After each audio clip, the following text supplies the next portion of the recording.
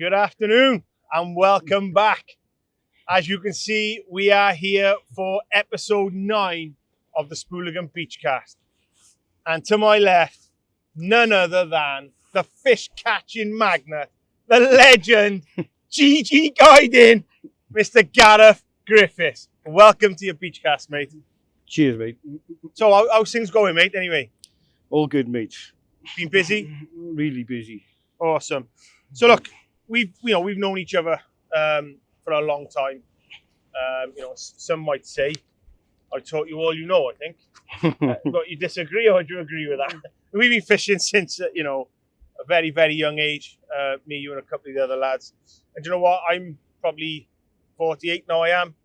We was fishing when we were 7, 8, 9, 10. So we're around there. And, we're still going out. Yeah, and you're still going. So I've got plenty of questions here for you. Oh no! Take your time. Take your time. It's people are going to enjoy this one. Hopefully, I get a bite now and I don't have to answer them. So what we're going to start this one, right, as we always do with the Spooligan BeachCast. And the first question is, the man behind the rods. Tell everyone the real Gareth Griffiths. Away from your fishing, what it is you do with your family life and stuff like that. Tell everyone about yourself. Well, what do you want to know? Just what I do football-wise and just anything to tell us all about. You live in Barry, your wife, children. I got 3 kids. One sadly passed away many years ago, but I got Steen and Colton. Steen's 15, Colton's 13. Both into fishing, or both? Yeah, they both love their fishing, mate. Yeah. Obviously, I got my missus at home. Been with her 22 years now. How does she take the constant fishing? She's used to it, mate. From the start to finish, I've been fishing. Lay the land out. Lay the laws out from day one. That's what I did. Yeah. Both in the same boat. I mean, there's a lot of women out there that wouldn't put up with what we do. I mean, you more so you, because you're doing it every day. I don't do it every day. I'd be away driving in a van, delivering car parts for 5 days a week. So what's the difference between being fishing? Yeah. I'm probably home more now than I was when I was doing my other job. And from time to time. Do you know what it'll do as well? It'll make you a happier person. Yeah. When you're going to work 9 to 5 every day delivering car parts. Yeah. Nothing wrong with that, but just doing that every day can be an enjoyable job. It's not exciting. I get a job, it's a living, I get all that, but this is what you're passionate about. You've been doing it since you were a young lad. Yeah. It's got to be an epic job for you. It's got to be. It is a good job, mate. It is hard. I'm not going to wait. I make it look. You make it look easy. Not look easy, but you get plenty of people saying, "Oh, I'd love to do that. I'd love to do this." You've got to have a drive. You've got to be able to. And you've got to keep doing. I mean, we talk about this all the time. Me, Craig, Carl. We talk about you quite often and the things that you do, and the amount of effort that you put in. It's got to be hard. It's hard enough for me going once or twice a week, and the effort I have to put in. Never mind what you're doing on a daily basis. Yeah, it's got to be hard. So look, let's take you right back to the start. Where did this all start? And how did it start? How did your fishing start back when you were a young kid? What happened? My fishing started probably when I was 3 or 4 years old, fishing down the docks with my brother, tied to the back of my old man's van, so the rope couldn't get to the edge of the dock. Like a dog. So I had a little tiny rod, a little like spinning rod, and the rope couldn't get to the edge. So I was tied to the bull, the tow bar. And I could just get to the edge of the dock, but I couldn't go over it. So I could drop my line in, and I was catching goby after goby. Fantastic. And then ever since then, I've just been up. So I just fished. This is the thing, isn't it? I think when someone starts, no matter what age, you're hooked. I mean, you look at the industry now from what it used to be then. The amount of people you see out fishing now, it's massive, isn't it? No, there's loads of fish. Is it the second most participated sport in the world or something? Well, darts is close, isn't it? It is now, yeah. Oh, Luke Littler. So look, what was fishing like then for you growing up? I know this story because I was species-wise, or just in general. How often did you go? We used to be out. It was me, my mate Barry Peart. We used to go down to Reggie Aspinall. £2 worth of ragworm, which would give you like £1 in weight. We used to get £2, and he used to give us enough to last a week. Flipping right there. Worms the size. And everybody jumped on that bandwagon, didn't they? Yeah, well, we used to be down the dock nearly every day. The fish we used to pull out there, we used to pull like 50, 60 fish out of there a day until that company put molasses in it and killed all the fish in the dock, and then it's not been the same ever since. Like. There's some epic fish still in there, though, and some weird fish in there now. Some big bass and stuff in there now. And, you just don't know what you're going to catch in there. There's been herring, there's been mackerel. There's huge congers in there as well. Which I remember years ago seeing that Matthew Herring had one 60, 70 pound in there. And he said there was a bigger one behind it, just looking. But that's how we grew up, was fishing in the dock. And then we used to, if we got kicked off the dock by the security, we used to go over the lighthouse ledges just on the bend, catch loads of whiting and stuff, but they're not there anymore. It's changed so much in it now. I mean, when I did Craig's BeachCast, I asked him the same question, and fishing's changed so much species-wise. Yeah. I mean, all I can remember back then was cod. I mean, I don't know what it's like for you. What was you targeting back then? I was targeting whiting. I used to come home with bags and bags of whiting. To do what with it? Well, just bring them home. There was just so many of them. Give them to my grampy. Yeah, I used to give them to my grandpa. There used to be bags of like two pound whiting. You know, the boys will know, all the old timers, they used to pull like 20, 30 whiting off the ranny. You go up there now, you wouldn't even catch one all winter. One small eel, isn't it? Yeah, it's just... Tell everyone then, right, what fishing was like back then compared to what it's like back now for you. I know, irrespective of your business, but just your general fishing as a person. General fishing back then, we didn't have as good as gear as we had now. So I used to fish with a 10-foot uptider. A red, made out of two different a red Swedish Abu 7000 with a level wind. Yes. Then we used to take the level wind off and put it back on to go on the boat. But that's how we used to fish, and there was cod there.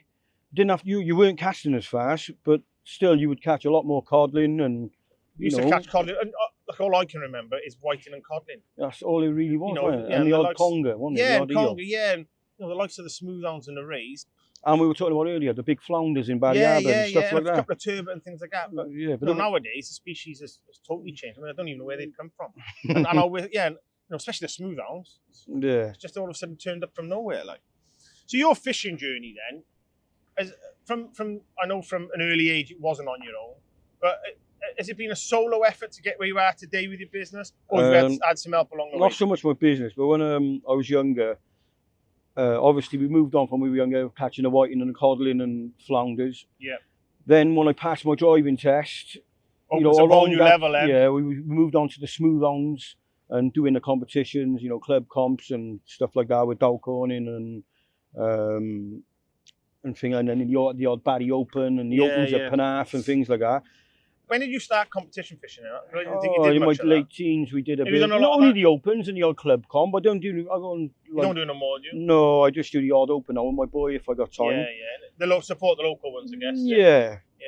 But all right, here's a question then. But I will say, once we had the smooth-hounds, and I passed my test, there was only so many smooth-hounds you could cast. That's true. It's the same now. And then I spoke to a guy you guys know. His name is Vince Shadeen. Yeah.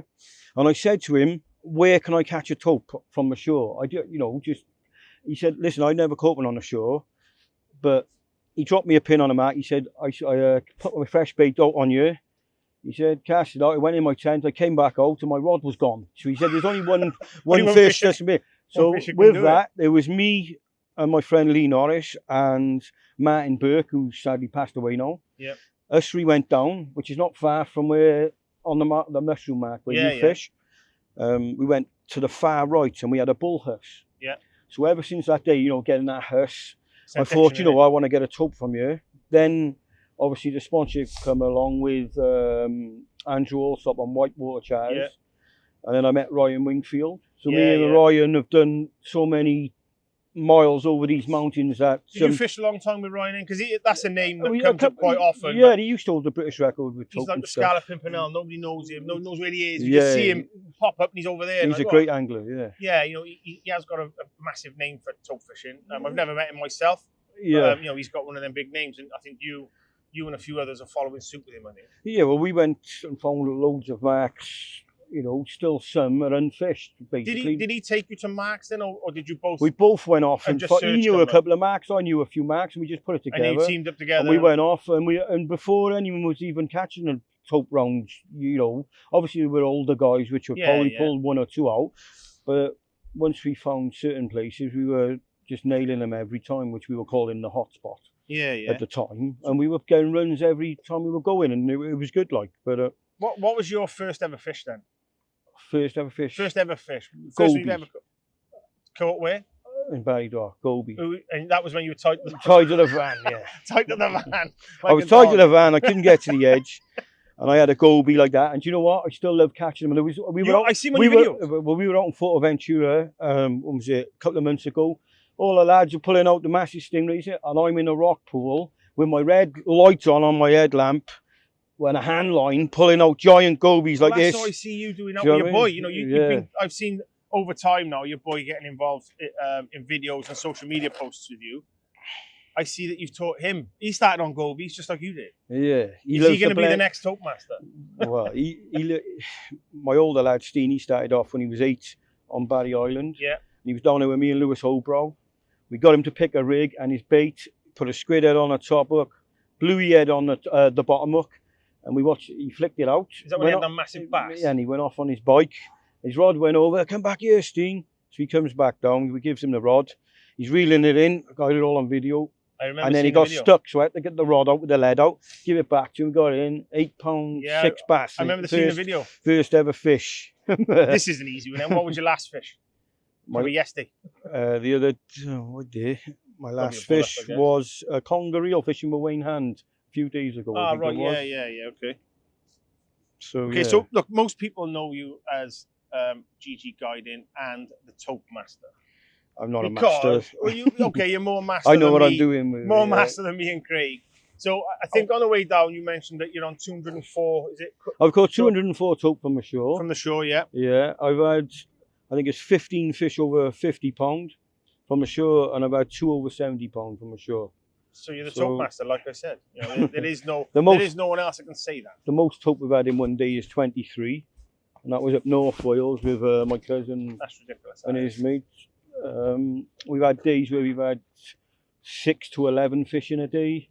What was it like then at that first tope? Was your first tope St Justinian's? My 52 pounds. My first tope was on the grass bank. 52 pound, yeah. No, it was 41 pound. My first tope on the grass bank. And I was with Kelly Smith.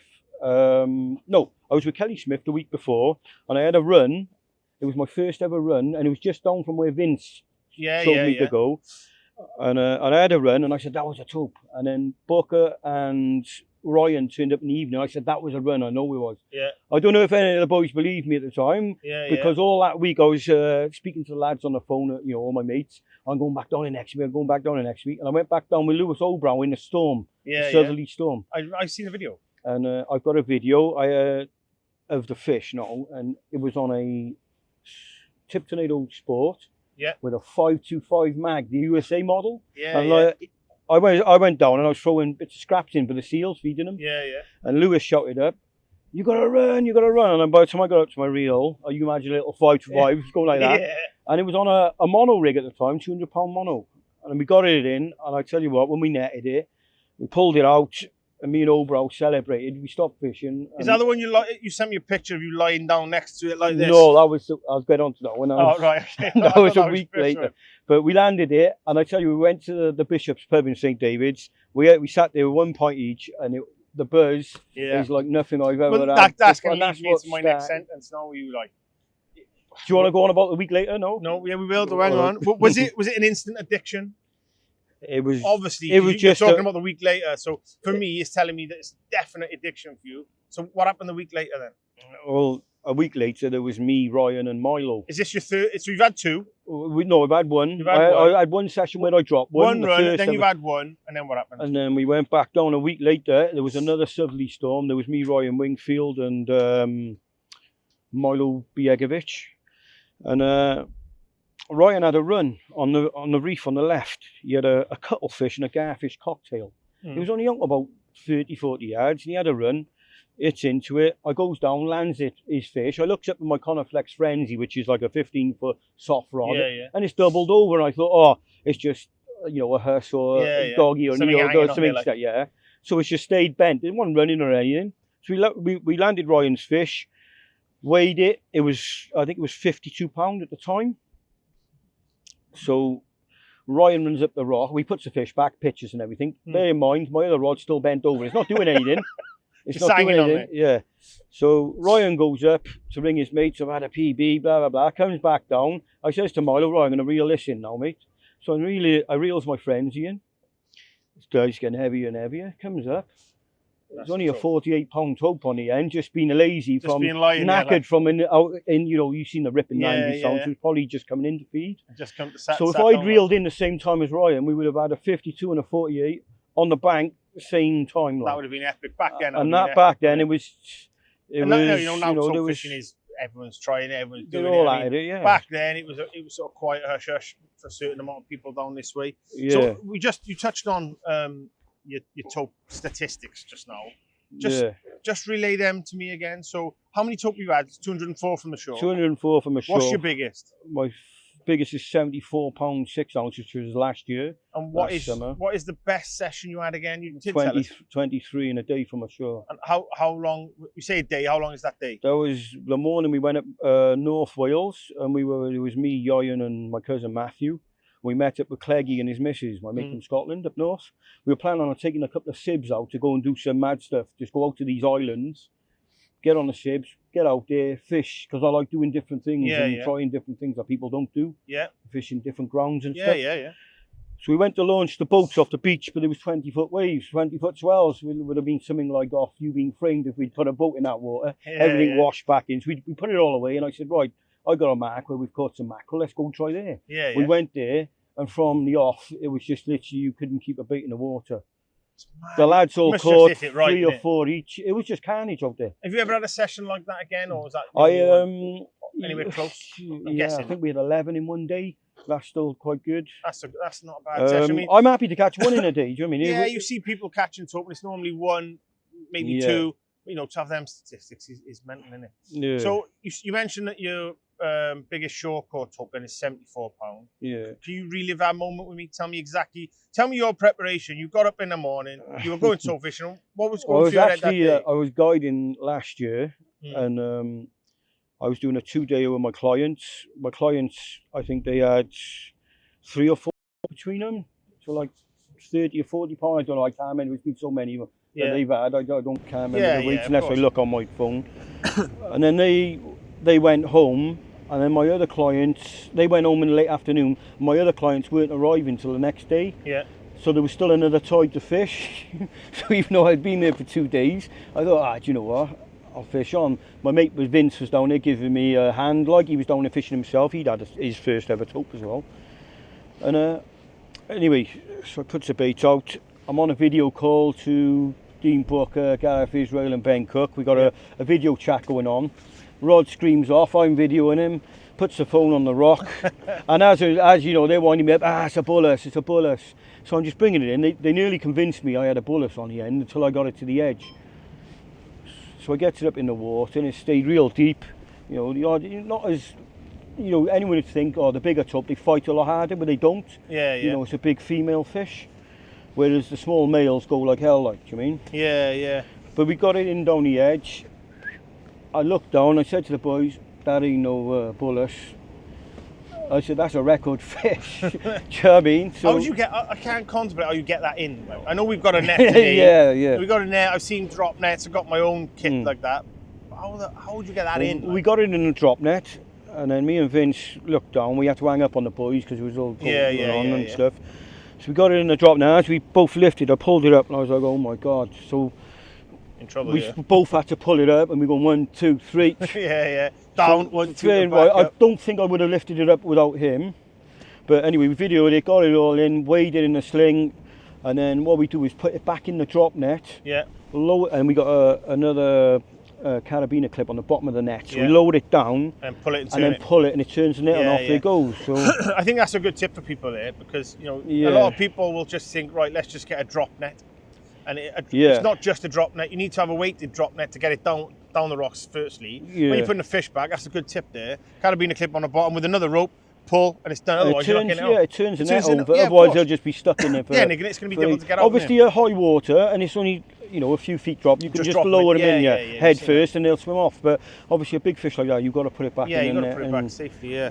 So look, I've seen you over the years dabble in a bit of predator fishing, pike fishing. Yeah, I love a pike fishing. It's a change, isn't it? Is that something you do every year, seasonally, or is it just was it just that year? We started off. When was it? Last year, I think it was. I wanted to catch my first pike. Yeah. And one of my clients got a little canal. There's a canal by his house down in East Sussex. All right, yeah. So we went down there, me and Gareth Israel, and we had a couple of fish, about 15 pounds.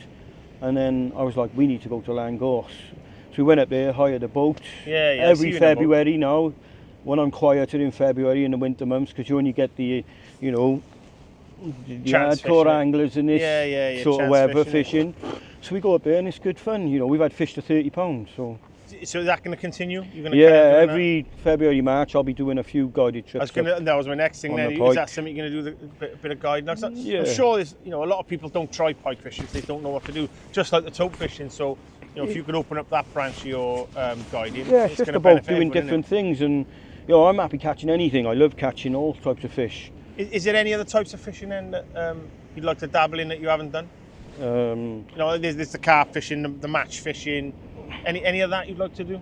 Not so much a match fishing. I mean, I wouldn't say I went any good at it, but catching 3 doggies at a time, not for me. No, match fishing as perch, roach. Oh no, tench, no. No fresh I would love water. to catch a pike in a river though. Do you in a running like? Pike. Is it a River Wye? I think. Yeah, that's it. Yeah. I'd love to catch a pike in the River Wye. Yeah. Okay, so obviously you're not going to be doing a lot more of any other type of fishing. I see that the pike fishing is going to take off, and like I say, there's going to be a lot of people that want to get involved in that.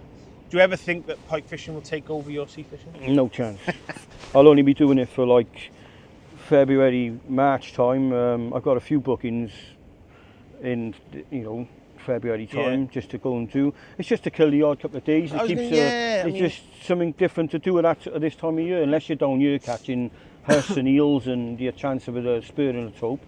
Back at home, don't kick off. It's dire at the moment. Isn't it? One thing I have noticed about you is why you're so successful is you target certain fish at the right times of year. Yeah. Where some anglers will go out and just fish Friar's Point from January to December, and that's all. And they blank for months and months, and sea fishing's rubbish. I'm no good at this. But they're fishing the wrong seas at the wrong times. What you're good at is travelling to wherever you need to go, wherever the fish are. Whether it be home and abroad, you're down West Wales, you're in the Bristol Channel when the fish are, you're at Fuerteventura when the fish ain't down here or they're in the Bristol Channel. Yeah. That's why you're so successful, and that gives you your record. It's just like over the years, you just learn where the fish feeding at certain venues at certain tides, certain times of the year, to maximise your chances of catching. Do you know what I mean? I know some people say, it's not all about the fish, but I go fishing, I want to catch something. Do you get what I'm saying? Whether it's a blenny or a... Yeah. And another thing with you though is, like, you sent a message to us yesterday about coming out today. I'll fish high, low, high, low, high, low, high, low, over 10 days. And I'm like, I stepped back from that and I looked at it again. I thought, yeah, he is right. And when I've looked at your videos and knowing you personally and what you do, you're quite happy to go out high, low, high, low, high, low. Yeah. Do you know when you come to a mark and you fish 3 hours up, 2 hours down, whatever it is, if you know you should have had fish by 1 hour before high water and it's not happened, do you think to yourself, right, it's not happening, I'm off to the next mark, or do you sit out and stick to the plan? It all depends. It depends where I am. Obviously, up in the local marks up there, you generally stay on there. Say we were on Friars, we do like 3.5 up, 4 down. Then I would move off and go low water somewhere. Whereas down West Wales, you're governed to, like if we were fishing 3 up, 3 down here, I couldn't really move to any other marks that I know, because I'd have to go down into Justinians or somewhere and fish at the right time. Yeah, it's all down here. It's all about timing, isn't it? Yeah. Right. We got a bite, have we? Go on, get it, Craig. So John's got a bite. A nice rattle on there. Obviously going to be me. Craig's going to break his leg now. Should we pause the filming for 5 while you got a fish on? Yeah, stop it now, yeah. The cameraman's into the action. He's the real man behind the rod. Here he goes, it. Missed it. Ah, he's in.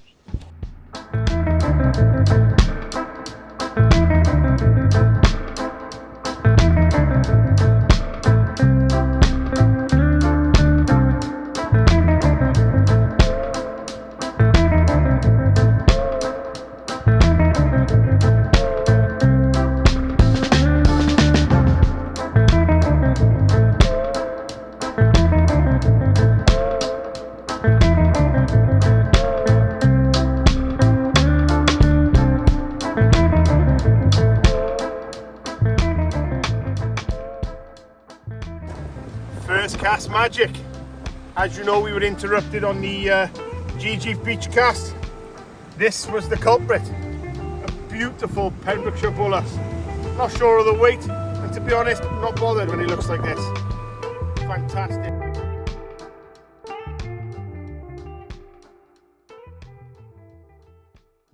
So you're known for your long sessions because you know the message you sent me last night was I'll fish high, low, high, low, high, low. I was like, Jesus, this guy's not messing about.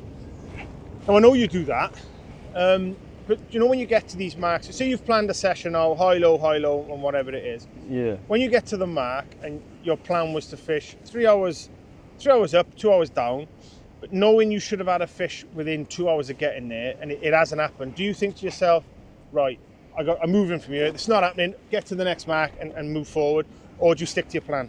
I stick to my plan sometimes, depending where I am, what time of tide it is, and what time of tide it is, and what size of tide it is. So it all depends where I am, really, whether I would move or not. Does that change from place to place? As in West Wales, would you do that differently here than you would in the Bristol Channel? I know it's a lot easier to move marks in the Bristol Channel, and there's a lot of the marks are a lot closer to each other. I mean, West Wales is slightly more apart. Yeah, back up the local marks. You know, obviously, it's my bread and butter. It's out my back garden, isn't it? So, yeah, it's easy, isn't it? So you just know where to go, when to go, and you know generally it's like a 2-minute move. Whereas down here, you're governed like to your 3 up, 3 down. By the time you've packed up, I was going to say it's not an easy walk back to the next mark. But yeah, like if you look, for example, we fished 3 up, 3 down, just round the corner from you the other day, and we had 4 or 5 fish, between the 3 of us. And then we went for food, put the gear away, and we were like,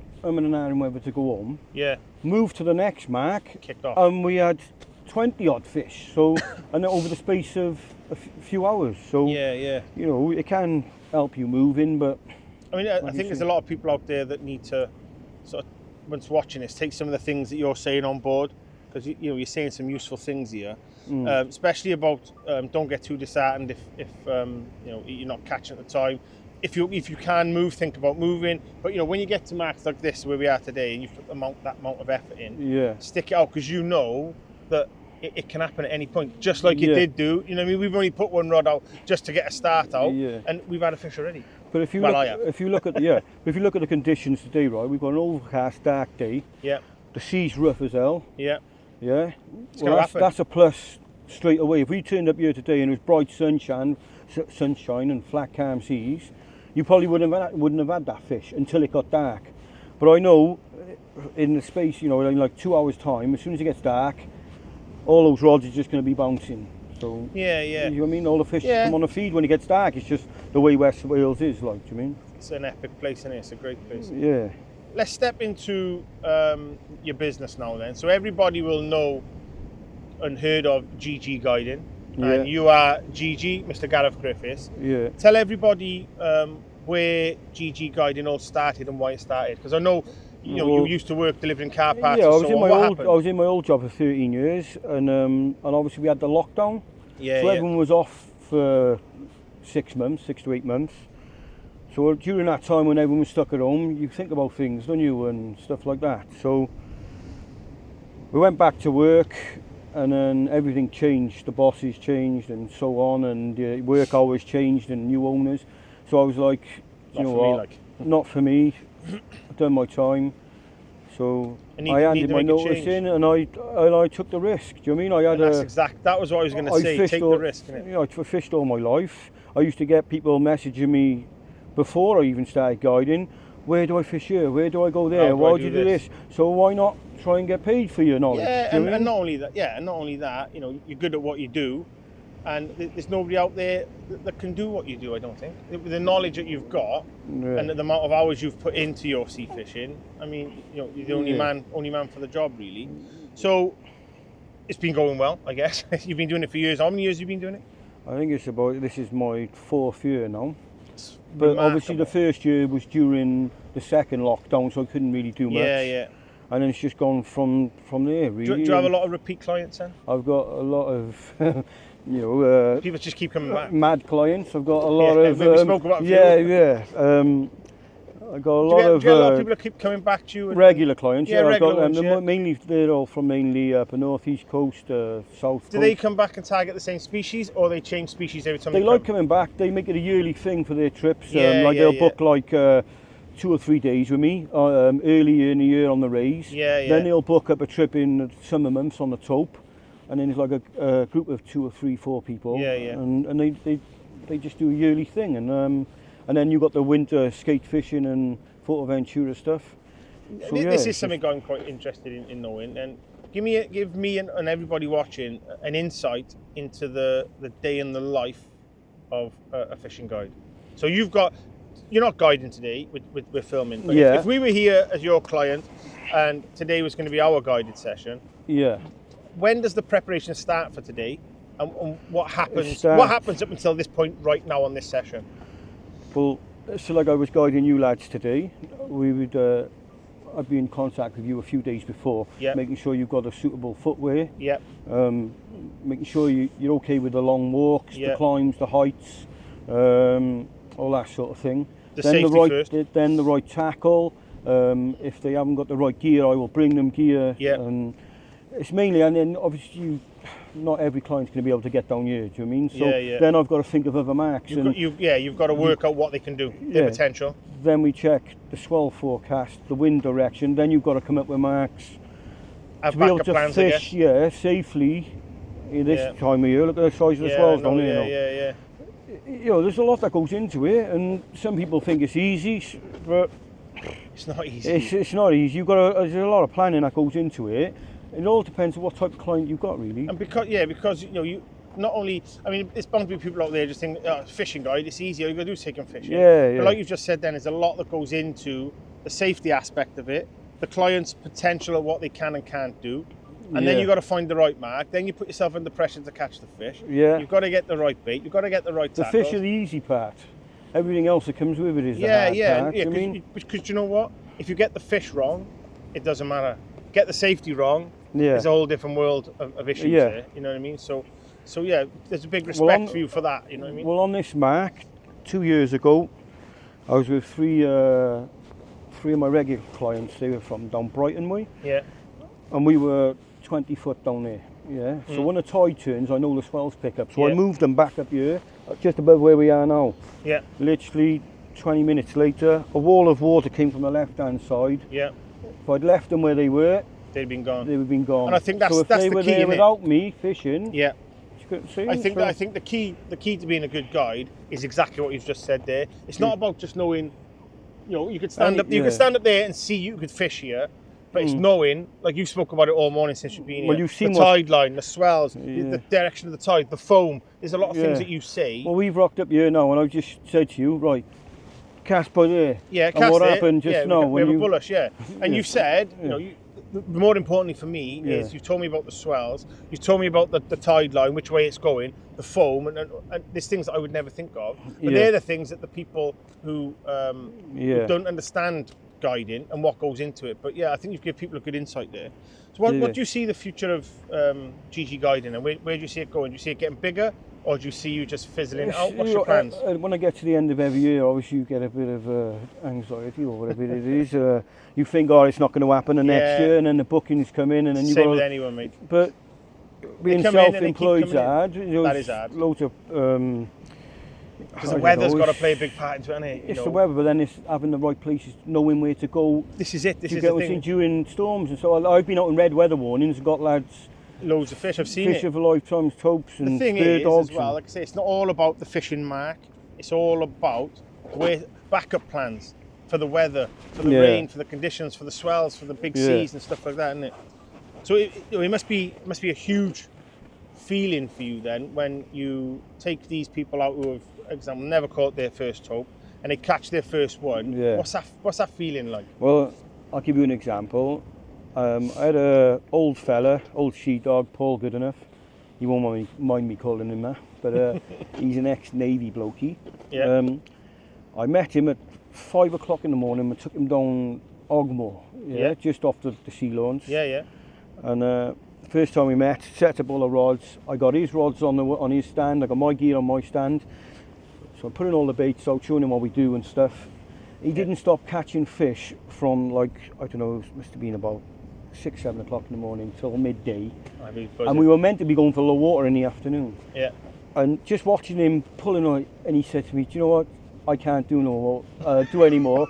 I'm done. I've had the time of my life. And he's been out with me since then and had loads of big races, but he still goes on about that session.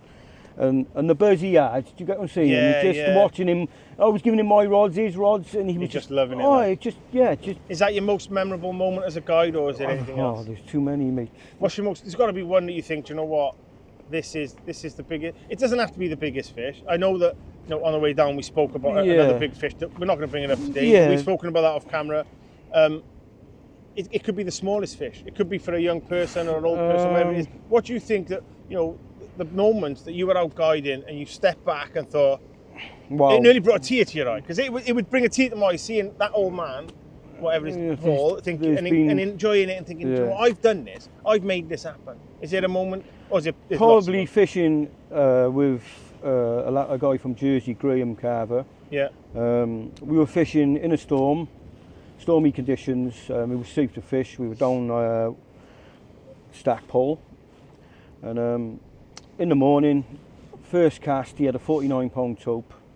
Next cast he had a 16-pound smooth hound. Then he had a double figure bullet. Ugh.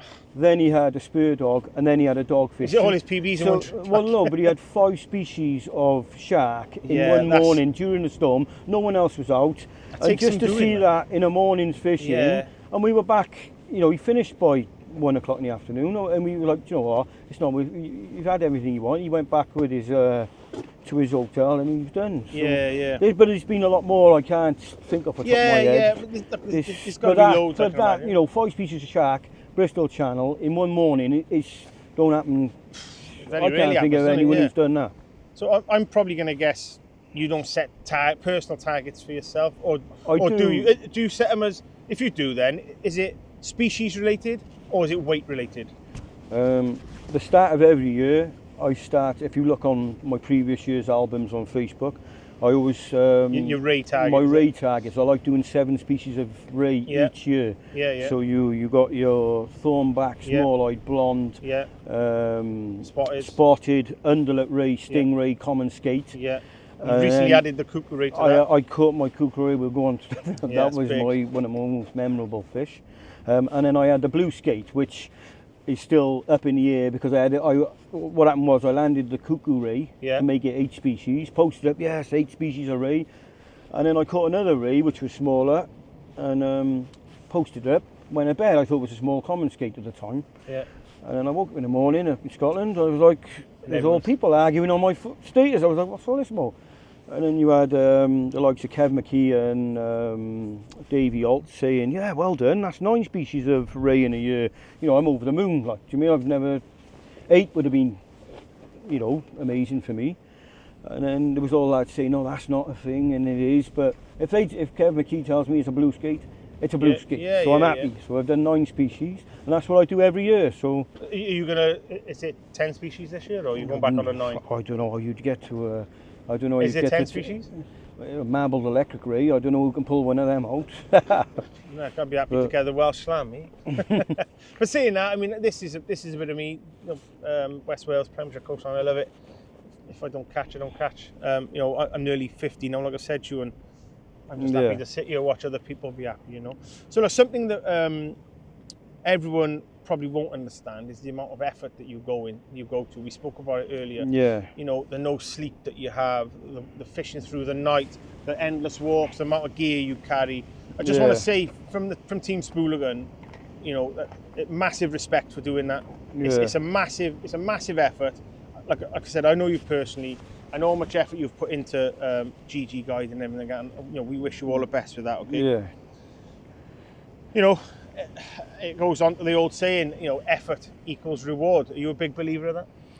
I think, yeah. Do you know what I mean? If one thing I don't lack is effort. Whether I'm having a good session or a bad session, I'll put maximum, effort into my fishing every time. Like, I'll give you an example. For my clients, I was out last year. There was no fresh bait about. I feathered non-stop for, literally hours after, 4 or 5 hours non-stop to get 6 mackerel. Now, I saved those 6 fresh mackerel for my clients.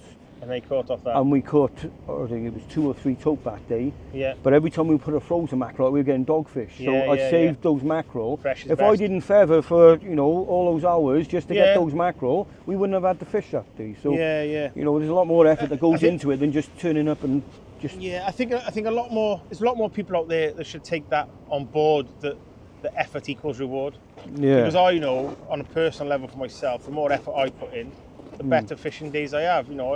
Walking over here today, just catching that fish there, I'm over the moon. Yeah. It's a bit of an effort for us as a team, camera equipment and so on. So we've made a big effort as a threesome today. We've caught a fish. We're all going to leave here buzzing. It doesn't matter who's caught it. I'm not interested who's caught it. Yeah. But as a team, we've caught a fish. So as long as a lot of people out there now take that sentence on board, effort equals reward, I'm sure a lot of people will catch more fish.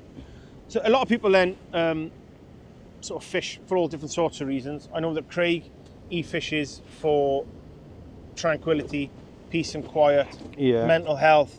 If he catches, he catches. If he doesn't, he doesn't. He likes to be the other side of the camera and film for Team Spooligan. He likes to come with me, Carl, and he's loving being with you here today. What is it that makes you go fishing then? A lot of people just go for different reasons. What's your reason? It's my life. I've done it all my life and I just love it. It's just an addiction, isn't it? It's crazy. I could fish here today now or tonight. I could go home, have a couple of hours kip, and I could go happily all day back down here again tomorrow. I just don't lose the love for it because it's what I do. It's just in your blood, isn't it? Do you mean? So I could do it all my life. I'm going to do it all my life. So. Yeah, of course you are. Yeah, until you can't do it, I guess. But there's nothing really that makes me go. It's just it is me. Like, that's what you do. Yeah, I mean, this day and age, the carp fishing industry is full of sponsored anglers who make a living out of it. Unfortunately, that's not in the sea fishing industry at the moment. Yeah. However, I know that yourself have got a few sponsors. One of them being Innova. Yeah, Innova Akios. Yeah, Innova Akios. I mean, they're two of your big sponsors. I know that you test a lot of their gear. One thing I wanted to bring to note to the camera and to all our viewers is the Tamers hook. Yeah. Now, I never knew this until I went to Jason Wibley's. Yeah. I picked up a box of Tamers and I saw your name on the back. Yeah. So tell us all about that. Well, with Akios and Innova, obviously they try and make products better, some nice products or new products for fishing and stuff like that. So I said to them, they said, give us some ideas, do you mean, in the Radicals group. So I said, you need to make a decent big hook for the skate and the taupe, but one that fits in a clip. People, think when you're skate fishing you need a massive O'Shaughnessy hook. But I want to be able to hook a taupe or a spur dog and raise and stuff. Rather than have that hook determine one fish. So, we came up with the idea. I said, that's a nice pattern, a nice wide gape. And they made it in an 8.0. So I tried to get them to make it a 10.0 as well. But they've made it in an 8.0, which is still bigger than that's what I'm using today, is that? It's still bigger than an 8.0 BMX, the gape on it and stuff. And they make a whole range of them now. And with the name Tamers as well, they said, well, what would you call it? I said, well, everyone says they tame fish. Call it Tamers. So that's where that came from. Is that a proud moment for you?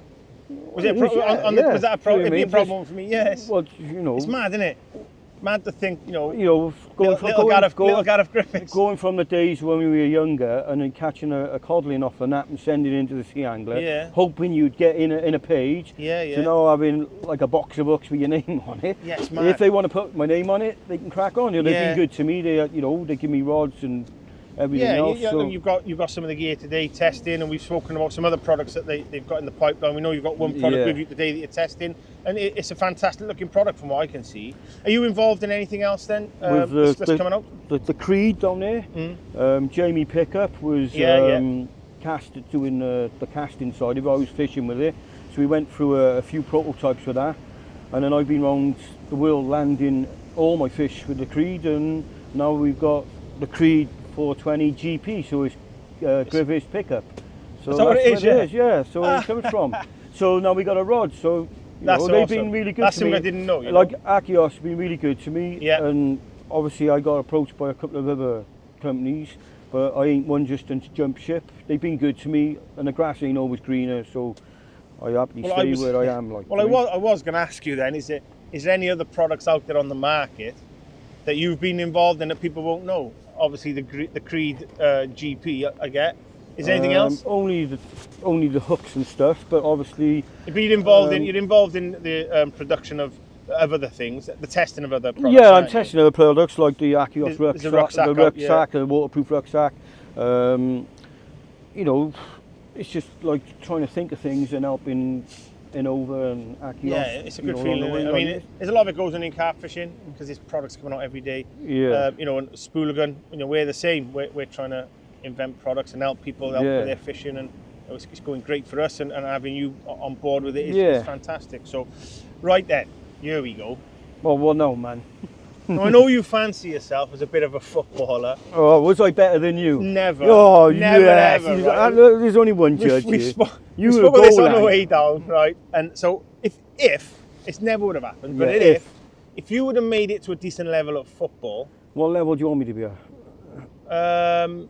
Well, you get paid then. Yeah, you get paid. You get a weekly wage. If you made it to that level, would you have quit your fish? If your gaffer said, "Listen, Gareth, you're up front next week, mate. You're playing the dog and duck in Liverpool. You're getting £1,000 for the week. You've got to stop fishing, mate, because you fall down them rocks, you're out. Are you in or you out?" I'm fishing. Football's gone. Football's gone.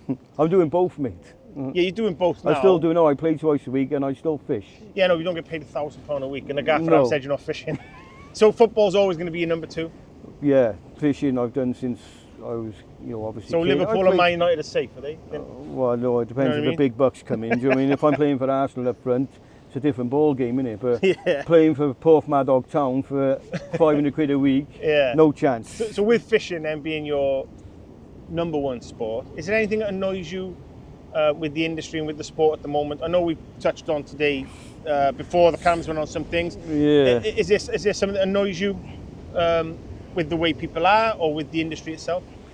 There's a lot that annoys me. Yeah, there is a lot online. And we've spoken about that. Online's ruining things. Like we were talking earlier, the only time you'd know if someone caught something when you were younger was when you go in a tackle shop. We said that. You see someone sat there, blah, blah, blah. Now, obviously, there's good and bad points posting your stuff online and stuff. I wouldn't have a job now if I weren't online. Do you mean? So you've got to be thick-skinned. Yeah, you get a lot of jealousy in fishing. People would rather see you fail. Yeah, 100%. Same as your company now. People would rather see you fail than succeed in life. There's a lot of people out there that just want to say something for pathetic reasons. It's hard for me to bite my tongue because I've got to show a few. You're a businessman. You have to. I get it's hard. It happens to me. It happens to Craig. You get a lack of respect off some people as well. So it is what it is, mate. Life goes on. I think it must be hard as well because your son Steen now. He's moving into fishing with you. I see him with you quite often. Is he going to be better than you? Hopefully, yeah. What do you think he'd say if we asked him the question? My dad's the best. He always says it. I said, I'm not the best, mate. I just know what I'm doing. My dad's the best. That's an epic son, isn't it? That's what you want from your son, isn't it? So it must be a proud moment for you then. I know I saw a video with you down the crack where he was catching some fish down there. It must be a proud moment for you to see him. We spoke about the bass. When he caught that, and when he's catching all these other species that you're targeting when you're going out, is that a proud moment for you? Yeah, real proud moment. Like from watching him when he was 8 years old, pulling an 8-pound bass, then growing and catching the smooth bounds. But his favourite fish is a handline blenny off the front of Friars. He must have caught millions. Because we rocked up on Friars before, and we said to these lads in the smelly hole, "Any fish, lads?" No, we've been here all day, not a fish. I said, "He'll get one." No chance. He goes down in front of them. 1, 2, 3, 4. You see him all the He's time, got a bucket full of blennies, and they're like little shit. But and then taking him abroad, watching him battle a 100-pound butterfly ring, I think that has got him even more hooked now. Like, do you mean? So pulling him up and down the beach. Yeah, obviously having your son as a newcomer to the sport, then, if you could give one piece of advice to somebody who you don't know, but it's a newcomer into the sport, what would it be? don't get disheartened when you blank. Like enjoy it. Yeah, you'll have your good and your bad times, but I think don't like you could have a run of like 5 or 6 blank sessions. Yeah. But you get that one good session, and then it opens your eyes to it, and some people get disheartened and quit too easy. You get what I'm saying? Yeah. So, The thing is with people, and they buy a fishing rod, think they're going to come catch 500 tope a year because they've seen you do it. Catch 400 bullets, and it don't happen. Like, oh, this is rubbish. I'm going to play golf or something like that. And that's the thing, innit? Go fishing for the right reasons, innit? That's what I say. Yeah.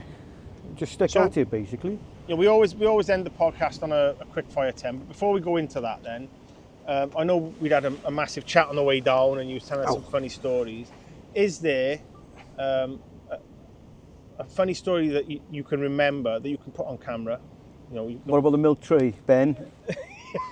Yeah, we'll keep that one off, Ben, because it is funny, but I don't think it's for the camera. Is it a funny story about one of your friends when you've been out fishing that you could tell everybody to make them laugh? Oh, you got 100. Can you pause this a sec? Can you just pause it for 2 seconds? Okay, and so we end all our podcasts with the quick fire 10. But before we go into the quick fire 10, is there a funny story that you can tell all the viewers, keep it clean, funny story that you can tell all the viewers that may put a smile on their face? Oh, You've already told a few on the way down. There's so many on the top of my head. I'd love to tell the milk tray one with Ben Cook. That would be I think Izzy, Booker, Milo, Matt would all be upside down if you want to hear that story, drop us a message. We can send you it in text. It's brilliant. It's a brilliant story. Tell us the other than that, speed bump challenge. Go for it. I will tell you, we were fishing away. There was 3 hire cars. I won't say which country we were in because we want to go back there and fish. Yeah. And we do. So, the other lads were staying in the other villa. And then after fishing all night, every night, we'd head back to the villa probably 6 a.m. in the morning. And there was a long straight up to our villa with one speed bump that used to do your head in because it was in the way. Yeah. So, anyway, we're driving back to the villa, one eye open. And we had to speed bump, which we didn't know was there at the time, probably 50 mile an hour. Yeah. So then the next night, we films it, hitting it 60 mile an hour, sends it to the boys. And then they're fuming. Yeah, I said, beat that. Next day, video comes through, someone's hit it at 80, haven't they? Then the other lads went through it at, I don't know, 95. Yeah. And then we all went fishing. Who was it? I can't remember who it was. I think it was Izzy. Went to cast out. Ziplex, what was it? HST Evo. Cast out, bang, snap, 3 pieces, gone. I was like, what happened there? With that, Roddy's had for years. years. With that, my client, I think it was my client Ben, he went to cast out, any fish anywhere, GBFS Pro, bang, 3 pieces. I picked up my spinning rod, flicking out a lure, bang, snap. And then I think it was Ben's mate Joe, he had his 3-piece green Cobra rod. Yeah. He went to flick out a scratching rig on it. Bang, 3 pieces. I got 4 snap rods. Couldn't figure out why these rods are broken. Yeah. So then, with that, we get to, we goes back home after the night fishing. Gets to the morning thinking, what happened with all those frigging rods last night? Why are they all snapping? Well, yeah. So then one of the boys hit a speed dump again the next night. Bang, 100 mile an hour. Another rod goes, so we figured out it was the speed dump challenge. The speed dump challenge. 20 grand speed dump challenge. 4 or 5 rods worth $2,000 down the drain. So yeah, that's epic. The biff had been outside the digs was just full of broken Ziplex rod butts and. But yeah, that's one of my stories. I have got plenty expensive, more. funny story. But yeah, that won't be happening again, by the way. No, I definitely. It's funny, but I won't be getting involved in it. Right then, here we go. Quick fire 10. I always love this part of the BeachCast. So then, question number 1: your favourite rig, past or present? Just a pulley rig, mate. It's the main ring I use. Standard answer for everyone. It's just a pulley rig, mate. Works everywhere. It's just a pulley rig in here. I've caught everything on it. So. Number 2, I know you're keen to answer this one. Your most memorable fish and why? Well, for years and years, I'd always wanted to catch, a cuckoo ray. Probably one of the most rare rays you're going to catch around here. A few have shown up on the boats, and 1 or 2 are up Scotland. And I know for a fact that 1 or 2 have come off the skate mark that I fish in Scotland. Yeah. So I was up there with my client, was it last year before? And I remember seeing the footage, yeah. Yeah, he was reeling in a skate, so I was whipping in the other rods that were out there because we didn't want to hook up a second skate because there's no one to reel it in. So I cleared his rods out the way, he reeled in my second rod, and all I heard was, "You've done it." And I was like, "What?" So as I lifted it up like that, it was just a cuckoo ray with the markings, the yellow and the black. And I just looked at it and I lost my voice. I woke everyone up with no ban. And Scott had just turned up on the mark. I just run over, gave him a hug, and wow! And then I kept it. You know the Sentry cooler boxes? Yeah, yeah. I took the plastic thing under there, filled it up with water, and I kept my ray as a pet for 2 hours, just staring at it. And the boy, bear in mind, my client's still down the rock, fighting a skate. It's going up and down back to the bottom. Yeah. And then I let it go then. And, yeah, it must be an epic feeling after all them years. Just buzzing, just wanted one, a rare fish. And do you know what? I caught it on an 8 hook. After putting out little 4-0s and stuff, and 3-0s, and caught it on an 8 you didn't expect, didn't it? Yeah, on a big bait, yeah. So number 3 then, if you had to use one bait for life, what would it be? Oh, can I pick 2? No, questions, one bait for life. Oh, Janssen asked me that before. You got 1 session left in your whole life. Mackerel then, because I want to catch. Really? Yeah, probably a mackerel, yeah. Do you know what? If I do 100 beach casts, I reckon the only one person to say mackerel. Everything eats mackerel, mate. Everything eats a mackerel. Question 4 then: fish UK or fish abroad? Abroad. It's warmer. Yeah, that's a good shout. That is. Completed the UK. I just want to. There's lots of species over there, isn't it? Yeah, I just love it over there. Number 5. You've got 1 more session left in life. Where would you go and who would you take? I'd take every friend I've got possible who I fished with for life. And where would you go? So there would be a big mini bus or a double-decker bus full of us. And I don't know, I'd probably head somewhere I'd never been because it's nice to do something new. So I'd probably go to, I don't know, Barbados or the Maldives or something like that. You know, something I've never been. I always like trying new things, so yeah, something like that. Big group of us. Yeah, okay then. Number 6, 3 guests for a dinner party. Who would they be? 3 guests? It could be famous people, not famous people. Who would you have if you had a dinner party? Oh, if I could pick anyone, just to pick their brains. Anybody. You know, could be any. I'd have Paul Merson to bring the beer. Yeah, now you're talking. Thierry Henry, because he's my favourite ever football player. And Beyonce. It's a good choice, that is. I'd be happy with Beyonce at mine. She can do the singing while we're... Obviously, yeah, I thought she's there for the singing, yeah. Number 7. Oh, this is an answer that everybody wants to know. Is it true Gigi don't need no boat? Don't need a boat, mate. Catch bigger fish. I knew it. For sure. I knew that was the answer, son. I knew it. You catch bigger fish for sure than a boat, man. You're not even floating around out there being seasick. If I went out there now in a boat, I'd look like a ling that's just come up from a wreck with that thing sticking out your boat. Number 8. Take them home or put them back? Depends what it is. I'd prefer to put them all back, but my gramps got to eat. Shit. So he said, people have got to eat. I gave him a bass, which was about, I think it was about 8.5 pounds. It had gut hooked, so I normally put it back. Yeah. And I took it there. He texted me the next day. He said, "No more Loch Ness bass." That's what he said to me. So it's too big to go in his sink. But I would have put it back. But yeah, I'd prefer to put him back. Yeah. Okay. Question number 9 then. Other than Spooligan, your favourite fishing brand? Not your sponsors. I haven't my sponsors. You haven't got a favourite? Because I see your gear. It's all different names, all different brands. My eye's got 3 rods left. Three eyes left on my rod. Do you know what I mean? I use anything. I haven't really got a favourite brand, mate. I use them all. Do you mean? That's a good answer. I like them all. Do you mean I'm not going to pick one out just because I'm with Agnos and Nova? Yeah. But I just use them all, mate. I haven't got a favourite. Blinded by one brand, and I'm probably one of them. Oh, I don't do that, mate. This is the most important question for me now, right? Question number 10. And I want a truthful answer. And I want you to think about this long and hard, right? Yeah. Your favourite crisp? They don't make them anymore. But you know Go what on. they are? What? Wait. Brannigans. Yeah, but they're not. Don't say it. They're not the beef ones. Oh. They are the smoked ham, and I think they're smoked ham and pickle. Smoked Do you ham know and the pickle. pinky packet? Yes. That I could eat a whole box of them and lick. Yes. It. Oh, mate. So just to They touch don't on make that, them anymore. They I don't did make them. Craig's BeachCast. You know what he said? What?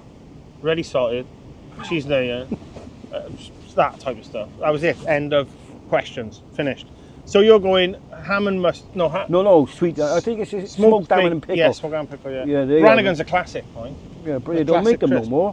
So anyway, that finished our quick fire 10. It all comes to the end of our questions on the BeachCast for you. Just before I say goodbye to everyone, just tell everybody how to book GG guiding and what they'd expect once booking. Well, you can get hold of me on Messenger, Facebook, or Instagram.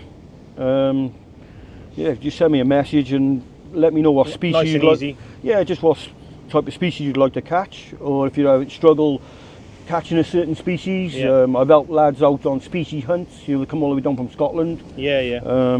It's quite a simple process then. Yeah, just message and I'll Nice and easy, give nice you and all the relaxed. info you need to know. I'm not the best at getting back to messages if I don't see them. You know, when they go on your message requests, Yeah. so I need to keep it that a bit better. Well, look, it's been an absolute pleasure doing your BeachCast. You're a personal friend of mine. I've known you since we were young. It's been a blast. I've loved listening to your story. And, you know, as a team, Spooligan, we just want to wish you all the best with GG Guided. Good luck today on the fishing also, because, you know, as it stands... Someone's already won it. As it stands, 1-0 at the minute. But, He's 1-0 up. And look, it's always a pleasure speaking to you and you giving me some hints and tips, and I just want to wish you all the best, mate. So yeah, thank you, mate. Excellent, thanks for everything. Yeah. Look, everybody out there watching, I also want to thank you for your support over the last sort of 12 months, all your views and your comments on our videos. You know, it's been epic. It's been quite emotional because we never thought we'd get this far. But there's a few videos up and coming. 2025 is going to be a massive year for us. I've got some epic journeys planned, some epic videos planned. So from me, from him behind the camera, we'll see you on the beach sometime. That's a wrap.